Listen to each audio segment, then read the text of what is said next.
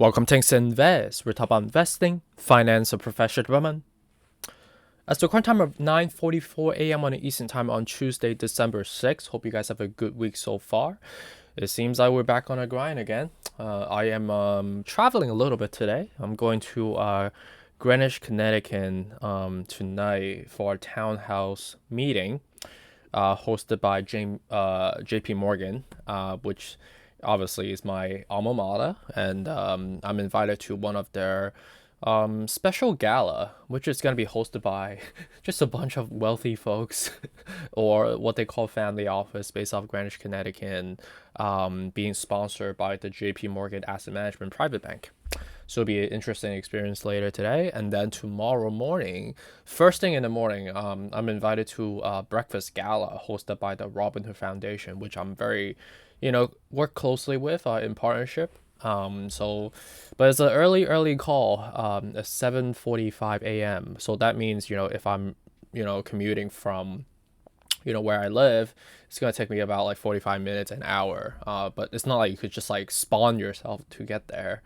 You have to get dressed and all that stuff. So that means like, I have to wear a suit and, get ready and stuff like that quite early tomorrow. So I will probably get home late tonight, but have to get out early tomorrow. So interesting.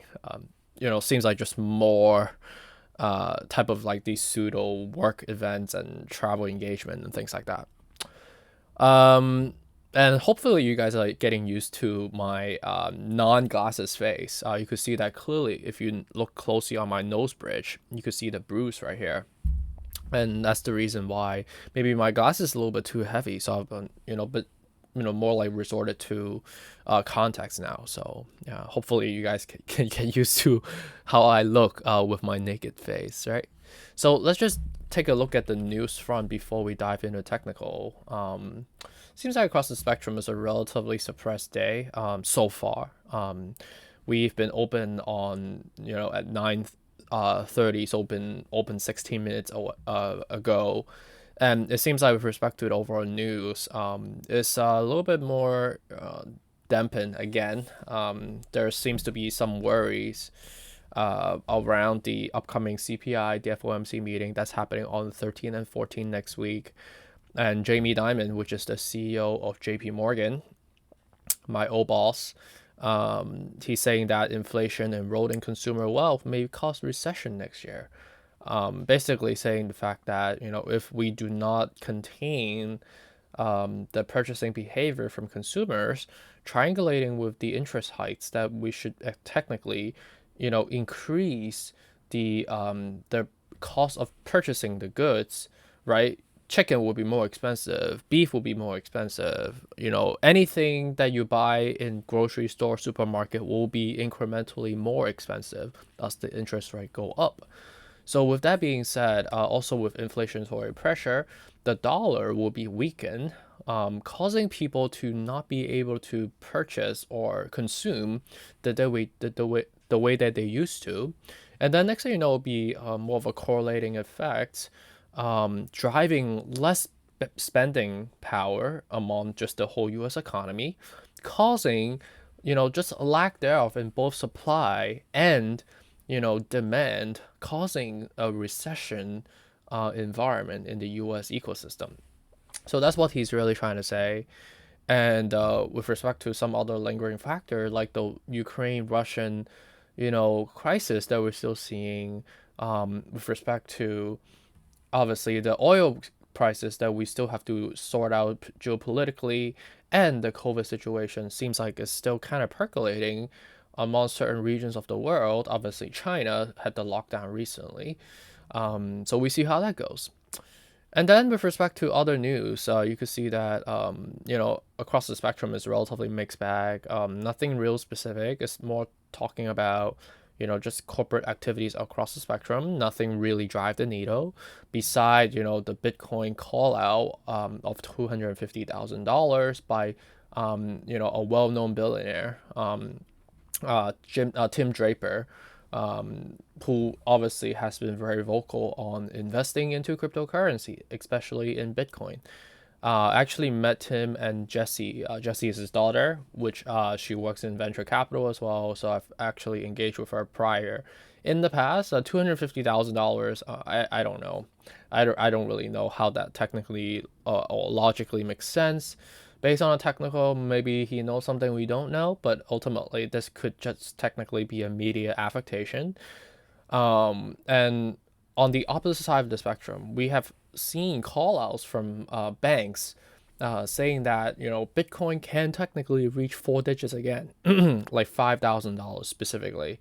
So it seems like the spectrum, the spread of the prediction is quite high, right? 5,000 to 250,000. So it seems like it's still in a more of a wild west, right? But with respect to the technical, let's just focus on that. And before we do that, let's take a look at what ARK Invest and BlackRock has done in the recent time frame. So ARK Invest was a relatively mixed day. I would say more on the sell side, but definitely quite neutral, I would say. And with respect to BlackRock, you see that clearly it's definitely more of a neutral day as well, but you can see that it's heavier on the sell side of the spectrum. But it seems like they're just like balancing, knowing the fact that yesterday was a relatively flat day anyways. So let's just dive into technical without wasting more time. With respect to recording time of 9:50 a.m. on the Eastern time. We are clearly at the 12:50 again, right? The reason we're staying around this level is because this is a very substantive level, and we are just consolidating, touching a comfortable level that the technical allows us to. And with respect to the current setup right now, you could see that it's quite flat, right, with the 49 out of 70, but definitely leaning more to higher side of the spectrum. We are still, dragging out, elongating the line. And with respect to the weekly, it is slowly fusing together. So it seems like we're just like waiting for the course of the cadence to come through. What I mean by the course of cadence to come through is basically a week from now. I would say today's the 6th, right? Exactly a week from now, I would say 7 to 8 days from now, we will be getting the results on how did the Thanksgiving Black Friday sales look? How have the interest rate hikes been working? Are we going to go with 75 basis point this time? Are we going to go with 50 basis point this time? How are we looking going forward? And that will give us a picture. And also because it's year end, right? We will ideally see some sort of an outlook for the next year, not just on a quarterly perspective, but maybe in an annual perspective. And we've seen Jamie Dimon talk about that, his perspective on the outlook going forward, that we might see a recession coming. That's a difficult one for us to kind of triangulate through.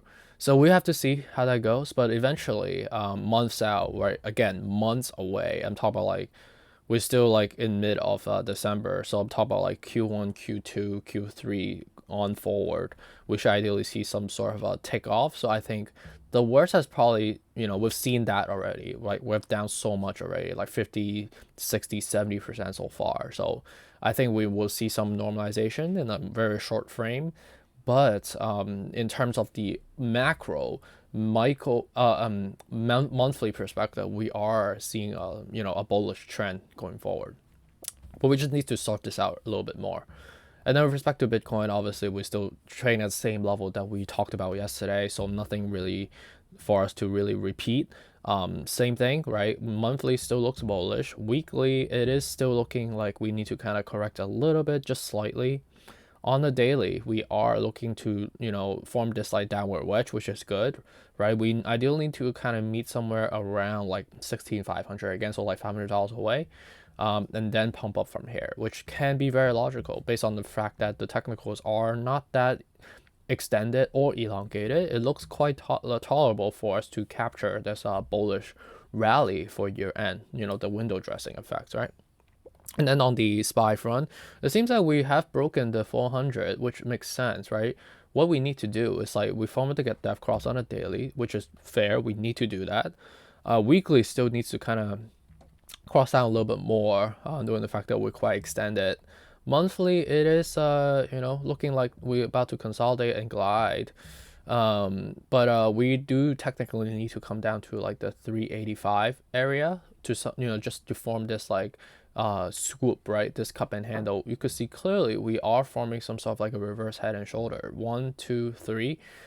So this is just more of a, it seems like we are ascending slowly, trying to get back up there. But, a real test for us to get there is basically 385 before we pump up from here. So that's something we have to look out for. And I think this can happen in the next 7 to 8 days from now with the CPI report FOMC meeting around the corner. Okay. So appreciate you. Hope you guys have a good rest of the day. My parents are both off today, so I will be spending some time with them. But I still have some meetings across the spectrum this morning, 11 a.m., 12 to 12:30, and then I have to get ready for my upcoming meetings in person. So I'll be in the city. But in the meantime, let me know how it goes. Feel free to reach out to me on my Patreon. And thank you again for subscribing to my Patreon and subscribing to my YouTube channel. I appreciate you so much. And anyways, have a good Tuesday, and I'll check you on the next one. Take care. Bye.